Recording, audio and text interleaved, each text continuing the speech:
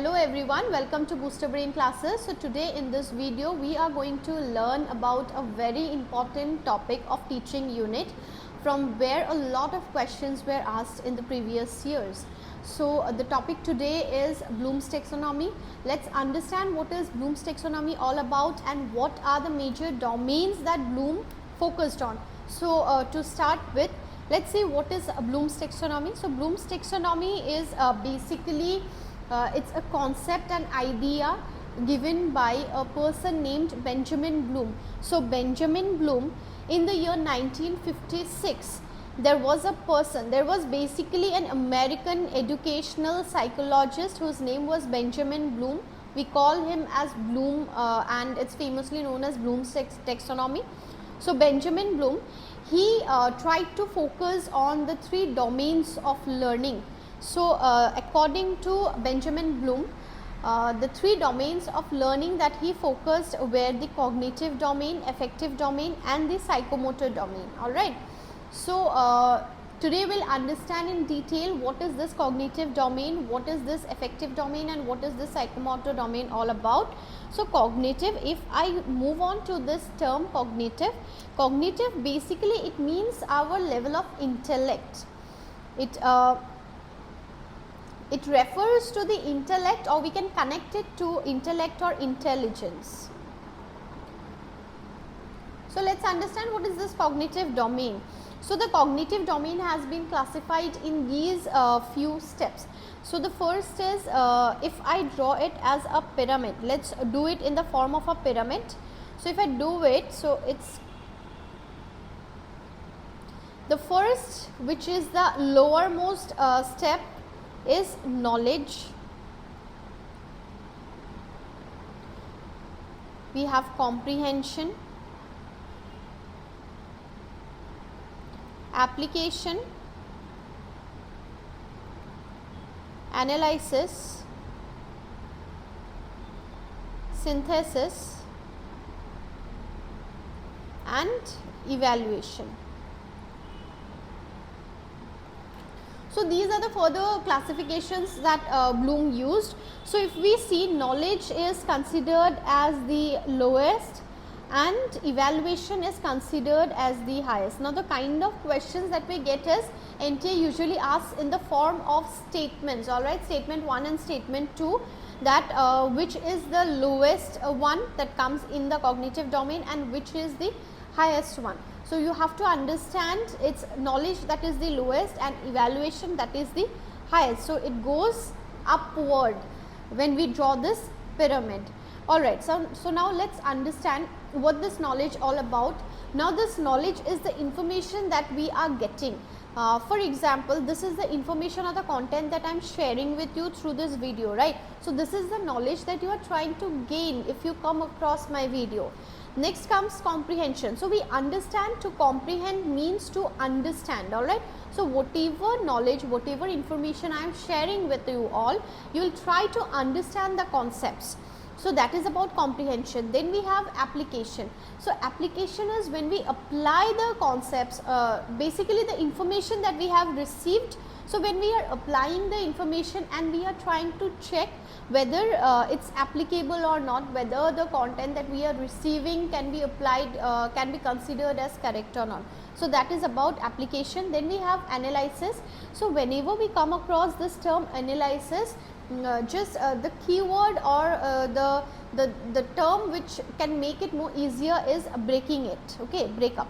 So whenever you get a concept, you try to get hold of certain information or knowledge, what you try to do is you try to first understand, you try to apply. Now that application can be subconscious as well, alright.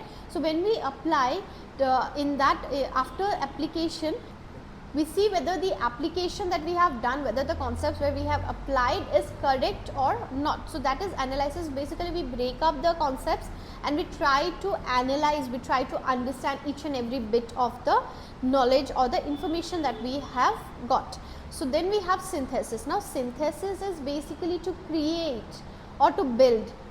Now what we do now to simplify it more, what we do is, suppose teaching aptitude as a unit, we try to break it into the content, right. So that is a breakup, that is where we break up the content and we try to analyze to understand what can be there in this part or the other part. Now synthesis is, I can relate to conclusion. When we conclude, like after we are done with this unit of teaching aptitude, at the end you will have a complete conclusion or a build up of the entire concepts. Your set of knowledge about teaching aptitude will be constructed, all right. So that is what I can say synthesis means, to build or to create the set of knowledge about teaching aptitude.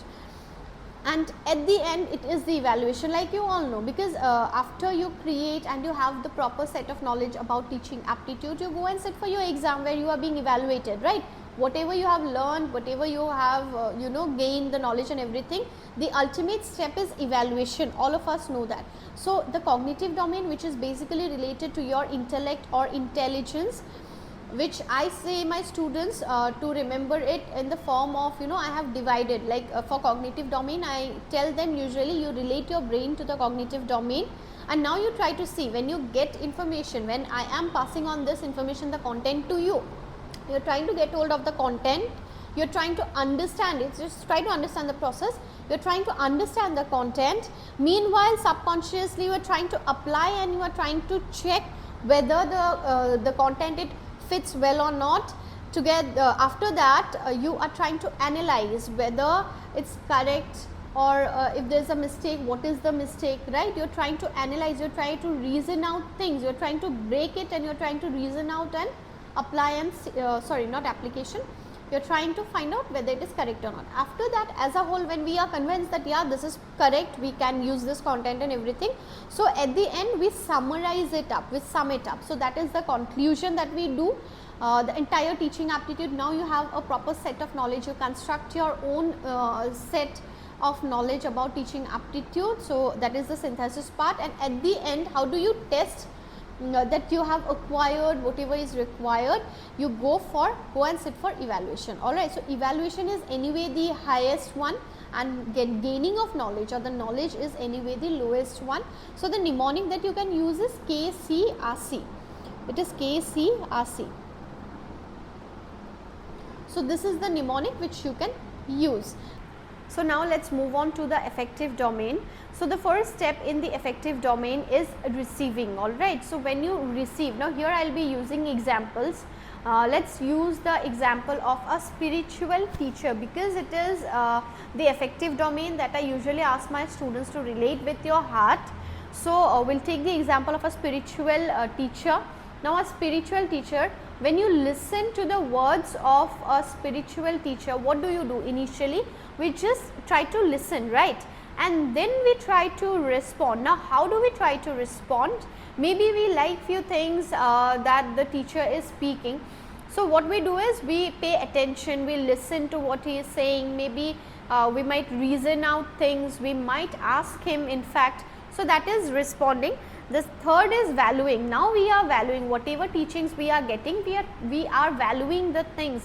We feel that yes, this can help us, this is valuable, this is essential. So we are valuing and we are talking to people about it. Then we have organizing. In organizing, what do is we try to spread the concept, maybe we are talking to more people, we are trying to get more people on board. So that is about organizing, right. You are organizing the content and you are talking about it, you are spreading the message.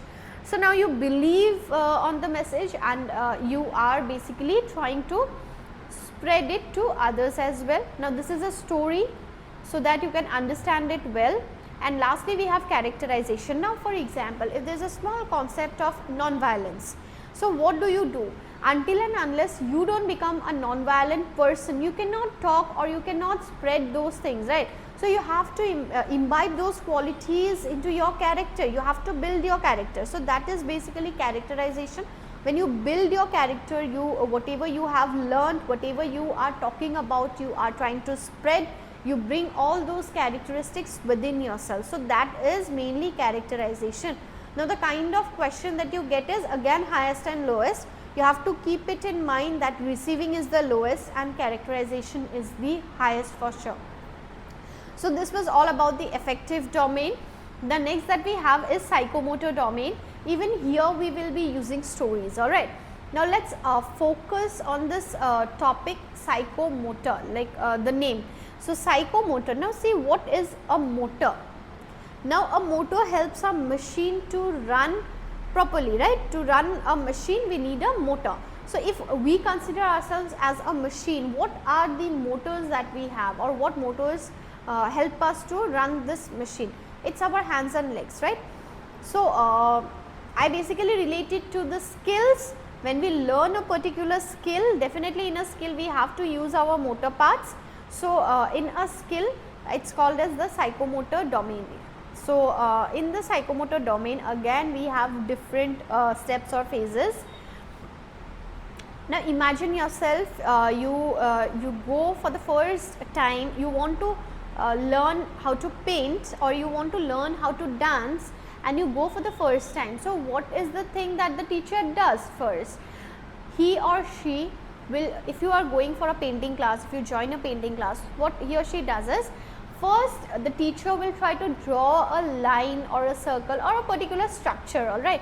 So, the teacher does that and you observe. Now, if you are going for dancing, the teacher will show you the first step. So, it is the teacher who does the thing first and you observe. Here imitation is not you know, considered in a negative term. It's a positive, it's in a positive sense that we have imitation.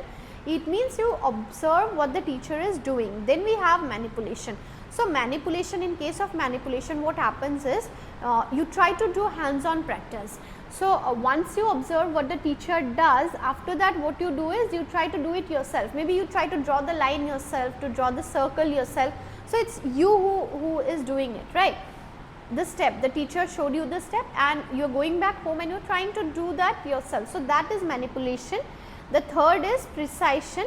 So, in precision what happens, now you can draw the circle because you have practiced so well that you can draw the circle, the structure very well, you can do the step very well, but maybe you need a little amount of time, more amount of time, or maybe a few errors you have committed. So, that is precision where you can do it perfectly, but then the time or the error, you know, there is presence of, you know, a little bit amount of more time, or there is presence of error. So, that is about precision. Next step we have is articulation. Now, in the articulation phase, you are an expert artist, you can do it very well, you can dance very well. So, that is articulation where you have, you know, you have where you got hold of the art and now you can do it very well, efficiently and effectively, meaning you do not need much time, you are not committing more errors. So, it is very smooth, you can do it very well. And lastly we have is naturalization. Now, see naturalization. So, in this term naturalization we can understand that now you have become so expert. We say now he is an expert artist, she is an expert dancer, amazing dancer. So, these people, they have this quality of naturalization. They have attained the art so well that without any effort, now they can do it, you know, without any effort, no errors, nothing, very smoothly. They do not even need to maybe practice or rehearse. So, that is naturalization when it gets instilled in our process memory, because skills, it basically relates to the process memory. So, this was the psychomotor domain, and I hope this topic under Bloom's taxonomy, these topics are clear. So, it is a very important topic from the UGC NET point of view. You might get questions in the form of match the following. So, they might give you precision, manipulation, others may be knowledge, and you have to match. So, that is the one kind of question that they might give you. The next question is, they will ask you, say suppose imitation is the lowest in the psychomotor domain and maybe evaluation is the highest in the cognitive domain. So, that can be a question. Now, that is statement 1 and statement 2 kind of questions. You might also get assertion and reasoning questions. So, this topic is a very repeated topic, and I hope this video will help you in understanding the topics and retaining it. See, we can get hold of the content and the concepts very well. We have lot of books and resources available online as well. But what I want to teach here is how to apply these concepts, because application is the most essential part, right? It's like you have the concept, but when you are asked about it, you are not able to answer. So what I try to do is, with the stories and everything, I try to build that thing that you can apply it very well. So yes, if you feel that this video is beneficial for you, then please do not hesitate to subscribe to our channel. Also do like and comment below, because once you let us know which topics to cover, we can come up with those videos as well. So thank you so much for watching, and I hope this video will be very useful for you. Thank you.